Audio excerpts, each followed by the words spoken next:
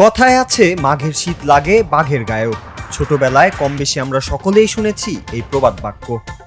আজ সামাজিক মাধ্যমের কল্যাণে যেন সেই দৃশ্যরই দেখা মিলল বাস্তবে। সম্প্রতি একটি বাঘের রোদ পোহানোর ভিডিও সামাজিক মাধ্যমে ছড়িয়ে পড়লে তা দেখে অবাক হচ্ছেন নেটিজেনরা। শীতের প্রকোপে বনে রাজত্ব করে বেড়ানো এই প্রাণী রোদ পোহাতে গাছের উপর উঠে বসলো কিভাবে, সেই প্রশ্নই যেন ঘুরপাক খাচ্ছে নেটিজেনদের মনে। সম্প্রতি বন্যপ্রাণী আলোকচিত্রী ফয়েজুল ইসলাম এই ভিডিওটি তার ইনস্টাগ্রাম থেকে শেয়ার করলে মুহূর্তেই তা ভাইরাল হয়ে যায়।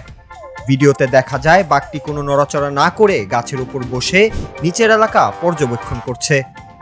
ফয়েজুল ইসলাম ক্যাপশনে লিখেছেন, গাছে বাঘের এই উপস্থিতি অবিশ্বাস্য এবং বিরল। সাধারণত বাঘ গাছে চড়তে অভ্যস্ত নয়। তিনি আরও ব্যাখ্যা করেন যে বাঘের ভারী শরীর এবং বড় নখ গাছে চড়ার জন্য খুব একটা সহায়ক নয়, তাই এমন দৃশ্য সচরাচর দেখা যায় না।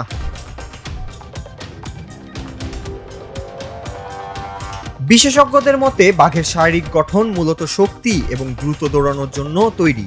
চিতাবাঘ যতটা সহজে গাছে চড়তে পারে, বাঘের পক্ষে তা বেশ কঠিন। তবে মাঝে মধ্যে তারা গাছে চড়তে পারলেও এভাবে ডালে বসে থাকার ঘটনা খুব একটা নথিবদ্ধ নেই। ভিডিওটি ভাইরাল হওয়ার পর নেটিজেনরা বাঘটির এমন শান্ত ও রাজকীয় ভঙ্গি দেখে বিস্ময় প্রকাশ করেছেন।